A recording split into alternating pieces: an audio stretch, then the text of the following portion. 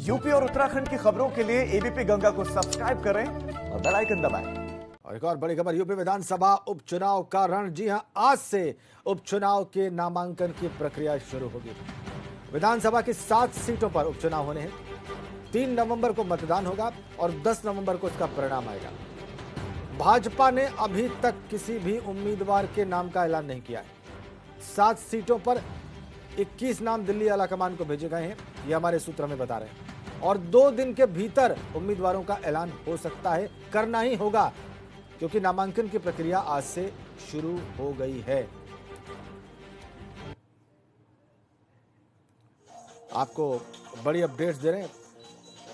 बुलंदशहर, जौनपुर, उन्नाव, देवरिया सदर सीट, कानपुर में घाटमपुर सीट, अमरोहा में नौगांवा सीट, फिरोजाबाद में टुंडला सीट, बुलंदशहर में बुलंदशहर सदर सीट, जौनपुर में मल्हनी सीट और उन्नाव में बांगरमऊ सीट। इन 7 सीटों पर 3 नवंबर को मतदान होगा उपचुनाव के लिए। चलिए अब लखनऊ चलते हैं और ज्यादा जानते हैं आज जो नामांकन की प्रक्रिया शुरू हो रही है उसके बारे में और दलों की स्थिति के बारे में, तैयारियों के बारे में। क्योंकि कोविड पीरियड में हो रहा है उपचुनाव, इसलिए बहुत सारी चीजें इसमें अलग देखने को मिल सकती हैं। शैलेश अरोड़ा लखनऊ से हमारे साथ सीधा कनेक्ट है। शैलेश, मार्च से भारत में जो मार्च के आखिर से जो लॉकडाउन शुरू हुआ, कोविड का संक्रमण जिस तरह से फैला, उत्तर प्रदेश में जिस तरह से कोविड की स्थिति है, उसमें ये उपचुनाव हो रहे हैं, इसलिए बहुत सारी बातें हो सकता है कि नई हो, प्रशासन और चुनाव आयोग के लिए बिल्कुल चुनौतीपूर्ण हो। आज से नामांकन की प्रक्रिया भी शुरू हुई है, तो जो कुछ भी आप खास देख रहे हैं वो सब हमारे दर्शकों को बयान करें।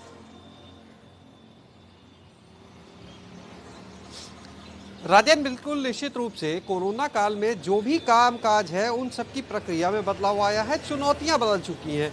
यही वजह है कि इस बार जो जिला निर्वाचन अधिकारी के कार्यालय, वहां पर प्रत्याशी के साथ 2 लोग से ज़्यादा नहीं जा सकेंगे, जो पीठासीन अधिकारी का कार्यालय होगा। इसके अलावा जो जिला निर्वाचन अधिकारी के कार्यालय का परिसर है, वहाँ 2 गाड़ियों से ज़्यादा को प्रवेश नहीं किया जाएगा।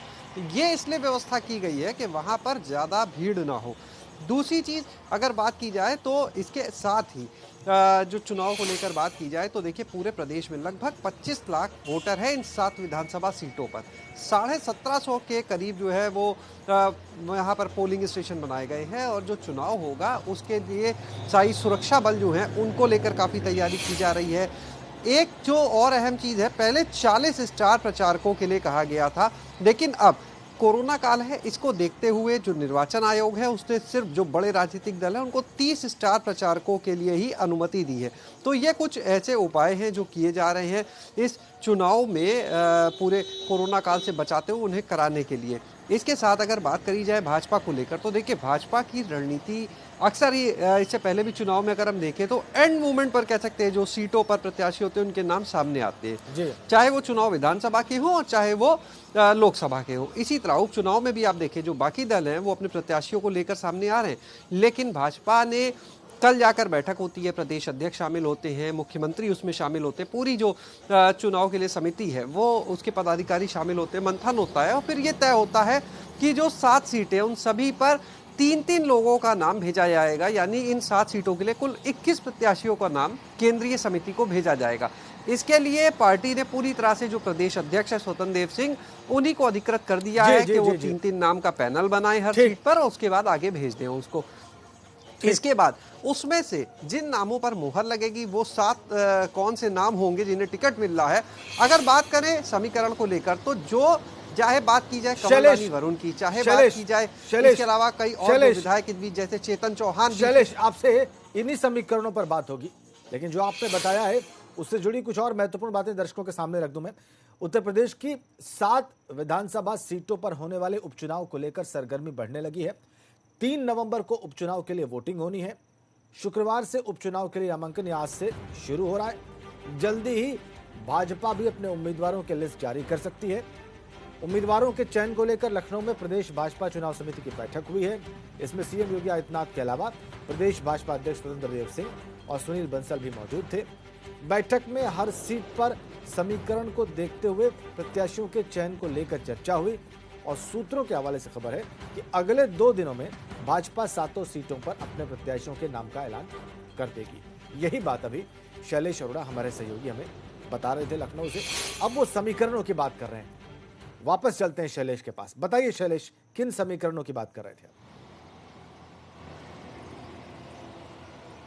राजन देखिए, एक चीज जो सूत्रों की माने जो चुनाव समिति की बैठक हुई उसमें यह जरूर आई निकल कर कि चाहे पूर्व कैबिनेट मंत्री कमल रानी वरुण हो जिनका निधन हो गया कोरोना काल में, पूर्व कैबिनेट मंत्री चेतन चौहान जिनका निधन हो गया, इसके अलावा विधायक भी हैं, तो ये जो छोड़कर चले गए इस बीच में सबको, तो उनकी सीटों पर इस बात पर भी विचार किया जा रहा है कि उन्हीं के घर के किसी व्यक्ति को टिकट दे दिया जाए। उसके लिए कई लोगों के नाम भी फिलहाल सामने आ रहे हैं। हालांकि टिकट देने से पहले पार्टी इस चीज को देखेगी कि जिस क्षेत्र में टिकट दिया जा रहा है वहां उनका कितनी अच्छी पकड़ है, इसके अलावा जो बाकी विपक्षी दल है उनका कौन सा प्रत्याशी सामने है, जातीय समीकरण वहां पर क्या है, वोटर का रुझान क्या है, इन चीजों को देखने के बाद ही वहां पर प्रत्याशी का नाम तय किया जाएगा। लेकिन इसके अलावा अगर देखें तो जो वर्तमान मौजूदा सांसद हैं, कुछ विधायक, कुछ मंत्री, वो भी अभी से आपको बताएं लग चुके हैं अपने घर में किसी न किसी की सीट के लिए, टिकट के लिए। तो लगातार अब क्योंकि मौजूदा उसमें सांसद भी है, इस वजह से जो चुनाव समिति है, जो प्रदेश के पदाधिकारी हैं, उनको और भी ज्यादा मंथन करना पड़ रहा है। हालांकि भाजपा में ये चीज हमेशा देखी गई है कि इन चीजों से बहुत ज्यादा फर्क पड़ता नहीं दिखता है।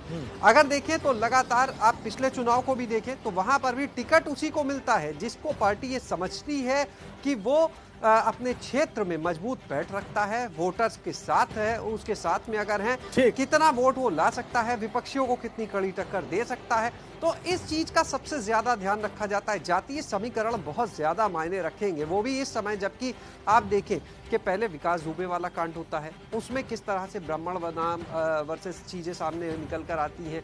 इसके बाद अभी हाल ही में जो हाथरस वाला कांड होता है, तो इस समय जिस तरह से राजनीतिक सरगर्मी है, जिस तरह से जातीय कह सकते हैं बीच में चीजें आ रही हैं, ऐसे में पार्टी हर पहलू पर विचार करेगी। जातीय चीजें शैलेश हमेशा से रही है उत्तर प्रदेश की राजनीति में, जातीय समीकरण हमेशा से रहे हैं उत्तर प्रदेश की राजनीति में।